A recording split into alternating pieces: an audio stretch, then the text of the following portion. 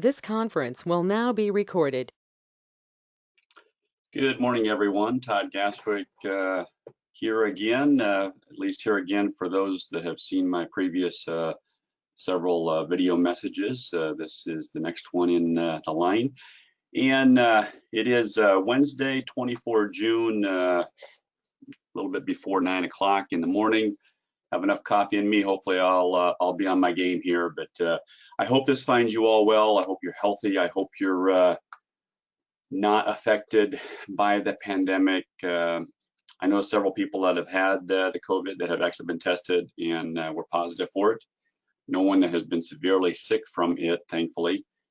But anyway, I hope everyone is well that's seeing and hearing this right now, and I hope all the other chaos protests, especially the violent ones, have not affected you in any way, shape, or form. Our country's in an interesting season right now. I'm just going to leave it at that. Not going to get into the politics of any of this, but anyway, let's move on. I have a lot of different ideas on what I want to provide as messages to you. I'm actually going to go back a bit. For those of you that saw my mid-April message, I had gone through the US debt clock, and I think there's been enough changes to that I want to revisit that, because I believe the information that is provided to us by the government's usdebtclock.org website is so vitally important for you to start taking action now, if you haven't already, to start building tax advantaged / tax-free sources of income. And then once I've done that, I'm going to actually kind of put myself out there and show you screenshots of all of my life insurance policies. Any of you that have talked with me, that I have talked with, know that I believe one of the best strategies to build tax-free sources of income that are safe from the market. If the market crashes, it will not affect your policy. That I want to show you what I'm doing. Part of the reason for that is, now I've done it in the past, but it wasn't in a video type message. But part of the reason I want to do this is because I have been challenged by a couple of people in the last few weeks in a good way. I have no problem with people challenging me to sort of prove, proof in the pudding, or, hey, Todd, you're recommending this life insurance policy. Are you doing the same thing? And I very quickly just jump right, onto the website, bring up my policies and show this, those people what it is I'm doing, to show that, yes, I am doing the same thing. And I'll get to that here in a little bit, but let's go ahead. I will share my screen real quick. You will see, obviously the background is a little different than what I've had in the past.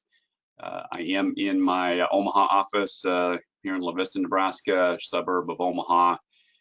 Much faster internet here than my HughesNet satellite internet out at the ranch, so this shouldn't be choppy like I know those other videos were that I did out at the ranch. Hopefully we had I guess Great Plains Communication laid a bunch of fiber optic in all the ditches north of my hometown, and there's an outlet right at the corner of my ranch house, well, of the yard, that abuts the ditch. Hopefully the end of the summer or early fall, they'll actually get us hooked up, and hopefully I'll have some fast internet at that point. So same background screen splash page, whatever you call this, as my laptop. This is that shelter belt that is north of my my ranch house. I just use the same one, like the picture. So let's go right to the US debt clock. And just to show you that this is live, I'm going to go ahead and hit the refresh button here. And you'll see the numbers rolling here, $26.252 trillion. Okay, now I went back to my video that I recorded on the 15th of April. So it's 2 months and a little over a week that has passed. And I want to tell you what those numbers were back then compared to what they are now. And I think they're going to jump out at you, okay? The first one is our national debt, okay? 26.25 trillion. Back on 15 April, it was 24.24 trillion, okay? Remember, that's basically our national credit card amount. There is our deficit, $2.922 trillion. Remember what that number is? It is the difference between our federal spending and tax revenue that's coming in. If that is a red number, that means we are in deficit spending. Red is not a good color here. Back on 15 April, that number was 2.029 trillion. So it's gone up over $900 billion, okay? Now, that's not bad enough. Let's go down here to the lower right corner. Let me get my drawing tool again. Right here, US unfunded liabilities. What does that represent? You'll recall that that takes into account the unfunded promises the American government has made to the American people in the form of Social Security, Medicare, interest owed on the debt, and federal and military pensions and benefits. Currently stands at $152.856 trillion. Back on 15 April, that was $139.442 trillion, okay? Fairly significant numbers, if you will, jump in the numbers. A lot of reason for that is the CARES Act and all the stimulus that has been pumped into the economy. I'm going to read an email that I got from my home office yesterday that puts that in perspective. I'll do that here in a second. Remember up here in the upper right corner of this website, there's this time machine where we can go out or we can go backwards in time. Well, I'm going to go back to the same thing I did on 15 April, 4 years into the future, and then compare them to what the numbers were again 2 months ago. This is projected that our national debt is now, it jumped from 26 in 4 years to 45.62 million. Let me go ahead and hit the highlighter again, 45.62 trillion. Back in April, this number was 37.67 trillion. The deficit 2 months ago, 3.534 trillion. It is now over 5.09 projected in the future. And then once again, let's go down, and this one just has got to jump out at you. Unfunded liabilities. 2 months ago, this number was $180 trillion. It's now projected to be $199 trillion. Remember what I said, folks. There's 3 basic ways for the government to get past, or if you will, resolve the issue. One, they have to make, in fact, let's go back in time here, or let's go back to current. So to get out of this color here has got to go green, meaning we are spending less than what we have coming in. We haven't done that since the last 2 years of Bill Clinton's presidency. So we've been in deficit spending for a long time, but that we've got to get our hands around that. And the projections suggest we're not going to do that. 2 is the federal government has the ability to just print money over and over and over again. That's what this CARES Act is about. That's how they're providing stimulus checks. That's how they're stimulating the economy. That's how they're pumping money out to businesses to help keep them going. That is them printing money. Let me read the email that I got from my home office yesterday. Hopefully this is large enough. I'll just read it in case you can't see this. From the end of 2008 to the end of 2010, so a 2-year period, the Fed digitally created 1.4 trillion of new money that was used to purchase Treasury bonds as part of its quantitative easing program. Quantitative easing, fancy words to say stimulus, money injected into the economy. From March 12th through June 12th, 3 months, the Fed digitally, this year, the Fed created 2.9 trillion to purchase Treasury bonds and corporate bonds, okay? What are bonds? They're investments in debt. That's the source is the Federal Reserve through BTN Research, okay? That is what is making these numbers explode, okay? So printing money, that's the second way that they can get their hands around this. That tends to be inflationary. We'll see where inflation goes. We're actually, inflation has actually ticked down, and a lot of that's because the economy's been at a standstill. But as things get reopened and the economy bounces back, when will we start to see inflation? That does not necessarily help these numbers, okay? And the third is increasing taxes. And the thing is, who are they going to increase taxes on? It's those of us that are actually making money. So it is incredibly important that you hear my message here. I know I'm beating a dead horse here, to use that adage, but if you haven't already, I urge you to start building strategies that you are moving and repositioning dollars or investing dollars in ways that are going to be protected from this type of issue, mainly taxes in the future. I don't care what the tax rates are right now, they're going to have to increase in the future, okay? So hopefully that all makes sense. If you want to talk about what those strategies are and what makes sense in your particular situation, I've talked about this in the past too. If it's on the investment side of the house, Roth tends to have to come in front of it. Roth IRA, Roth TSP if you're in the federal government or military, Roth 401k, Roth 403b, etc. Or converting out of IRA dollars into traditional IRA dollars into Roth IRA dollars. That's on the that tends to be on the investment side of the house. Municipal bonds can provide tax-free sources of income if that makes sense. You tend to have to be, for it to make sense, the way I've seen it in my 16-year career is you need to be in the higher tax brackets for that to make sense for you to do that. Certainly, certain life insurance products are great choices for this. I'm going to get into that here in a little bit. Again, if that's the right fit for you. If you had military service and a VA disability, that provides tax-free sources of income. And if you are 62 or older, have a house, have equity in it, then you can actually do a reverse mortgage. A lot of people say, why would I ever do that? Keep your mind open to that, please, because that does provide a tax-free source of income to you. I'm not the one that would be helping you with that. I would point you in the direction of some experts that specialize in reverse mortgages, okay? Real quick on mortgages, again, you've heard me talk about this. I am not a fan of paying down your mortgage quickly. I'm not a fan of having lots of equity sunk in your house, okay? You just, for two primary reasons. You don't have access to it.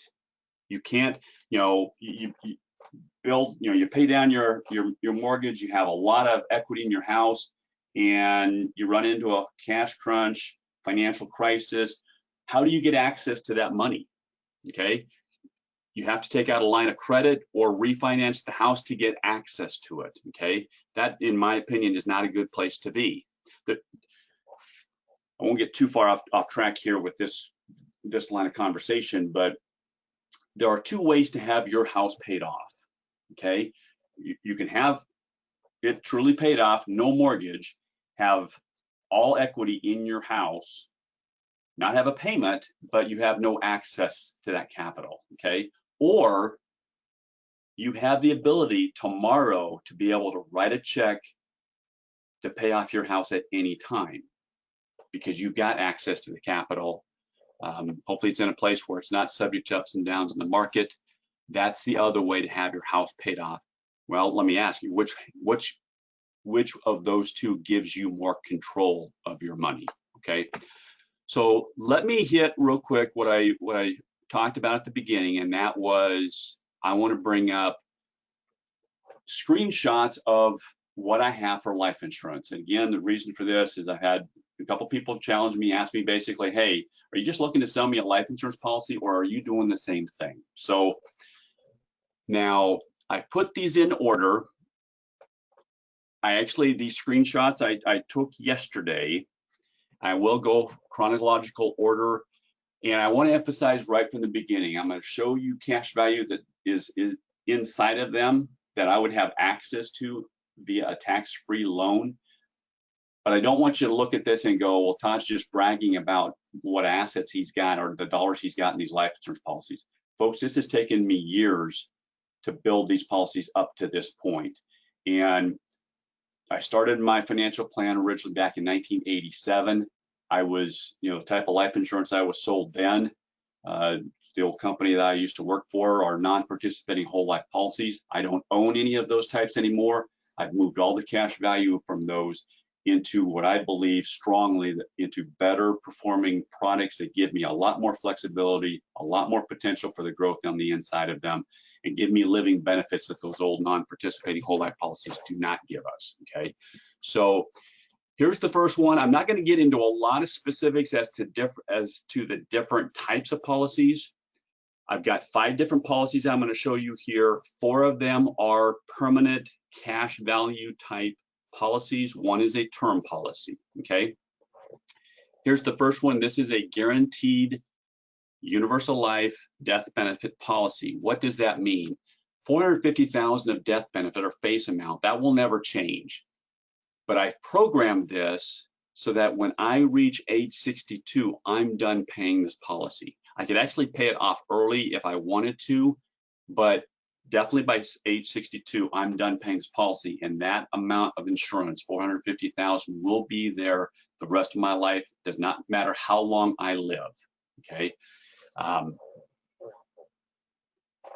The non-par whole life can do the same thing, but you tend to have to pay it until one of 2 things happens. You either pass away, God reaches down and grabs you, or you reach age 100. Well, age 62 is a lot better than age 100 as far as paying premium into this. Now, this is not a policy where the focus is on building cash value on the inside. The focus is on the death benefit.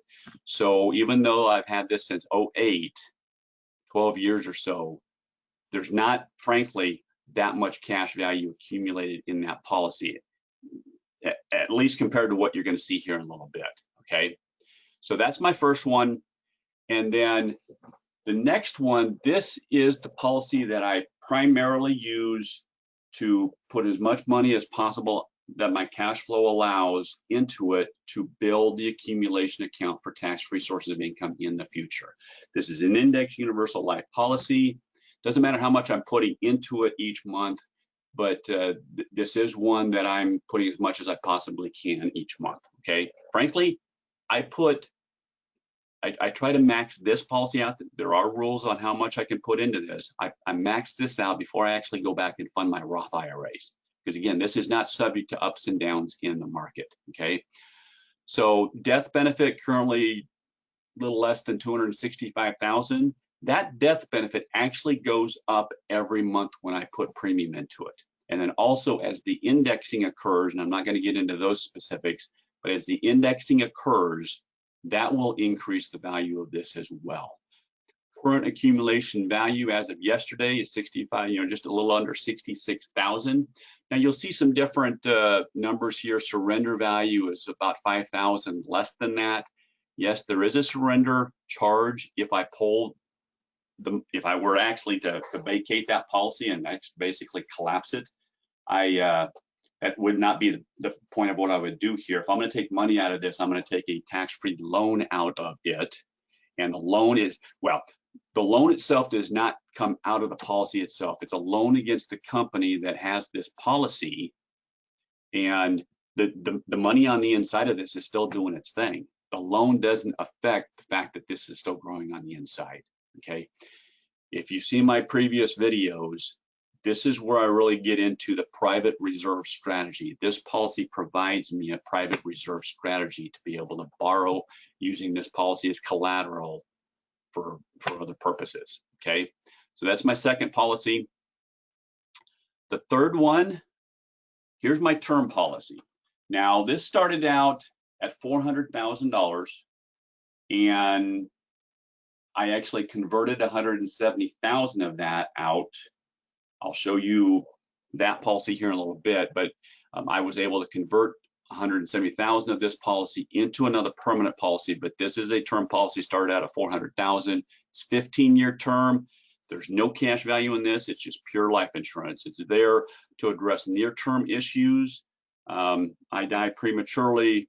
The money's there for my wife and daughters as they need, paying off any debt that they would want to. Again, and my wife knows this pretty well. I wouldn't want her just paying off the mortgages because she's lost access to that money. So that money would go into perhaps an income fund, provide her a stream of income out of that, pay off any credit card debt that we may have, car loan, although those type of loans are paid off as well. So anyway, inexpensive, but there's no value to it beyond the life insurance. And here's the thing, I've had it for 5 years at this point in a month, well, just in a couple of weeks. So it's there for another 10 years. After that, I could renew this in 1-year increments, but it would be cost prohibitive. You'll see here the premium right now is $56. Honestly, and I'm not joking here, if I renewed this in 10 years, the premium would probably be in the $600 a month range, and there's no cash value being built on that. Okay, so those people that feed into certain TV celebrities that talk about just get the term insurance, well, that's great until you run out of that life insurance or it becomes cost prohibitive. And then people say, well, then those pundits will say, well, if you've done your investments right, you've self-insured yourself. Well, everyone pay attention to what happened in the markets in March. In a 6-week period, markets go down almost 40%. That is not when you want to be pulling money out, okay? Again, life insurance is not impacted, at least the type of life insurance I do isn't impacted by the markets, okay? Going down, here is another indexed universal life policy, $124,284. I actually pay into this policy on an annual basis. It's kind of an oddball policy. I actually had a lump sum of money I got, doesn't matter where I got that from. I assure you it was legal, but I dropped this into this policy to help, let it grow, protect itself from market downturns. I'll have access to it, again, on a tax-free basis in the future. So it serves as another private reserve strategy. And then the next policy is that 170,000 that actually, let's go back up real quick. This death benefit does actually increase when I add more premium into it, okay? And then this one here, the 170,000, I made this very specifically to be a level death benefit. I still put premium into this as well, not as aggressively as the one up above that was the 260-some thousand, but the death benefit won't change until the cash value has come up close to that, and then it pushes the death benefit up. You'll see here a lot of numbers here. Outstanding loan balance, 3,800 and some change. I do have a loan against this. The loan is a tax-free loan. Do I have to pay it back? Frankly, I don't. I am, because I do want as much access to this capital as possible. But the surrender value that you've been seeing on these numbers, here's a little less than 42,000. Let's go up. That's a term policy. Right there, you've got 60,000. There, you've got 23,000. I missed one there. 51,000. So basically, the surrender value is what I have access to be able to pull a tax-free loan out of those policies. Again, this is not to be bragging. Again, this is taking years to get to this point where I've got these type of dollars captured in these policies. But I could, if I needed to or wanted to, and I don't, but tomorrow I could write checks using these policies as my private reserve strategy to pay off the mortgage on this house, the mortgage on my ranch house, which I just refinanced, because for 2 reasons. I wanted to pull some cash out of that to have access to it, building equity in that. Again, I don't like leaving equity in that house. Here's the other thing to think about your equity in your house. Whose equity is it? It's as much the mortgage company's equity as it is yours until you've actually got it paid off. So that's another thing to think about as well. But I have the ability, if I wanted to pay off both houses, both mortgages. And I don't recommend this.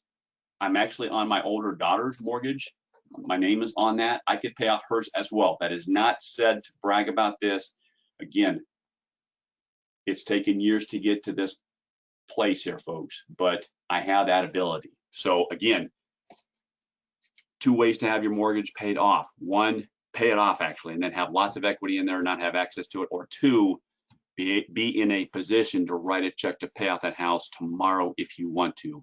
But by not doing that, you still have access to all that money. So that's where I'm going to stop here. Again, I hope this finds you all well. If any of this, if you want to explore how any of this would look like as far as how this would look in your situation, whether any of this makes sense to you, or needing to discuss strategies on repositioning investment assets into ways that are going to be tax-free in the future, I welcome a reach out from you.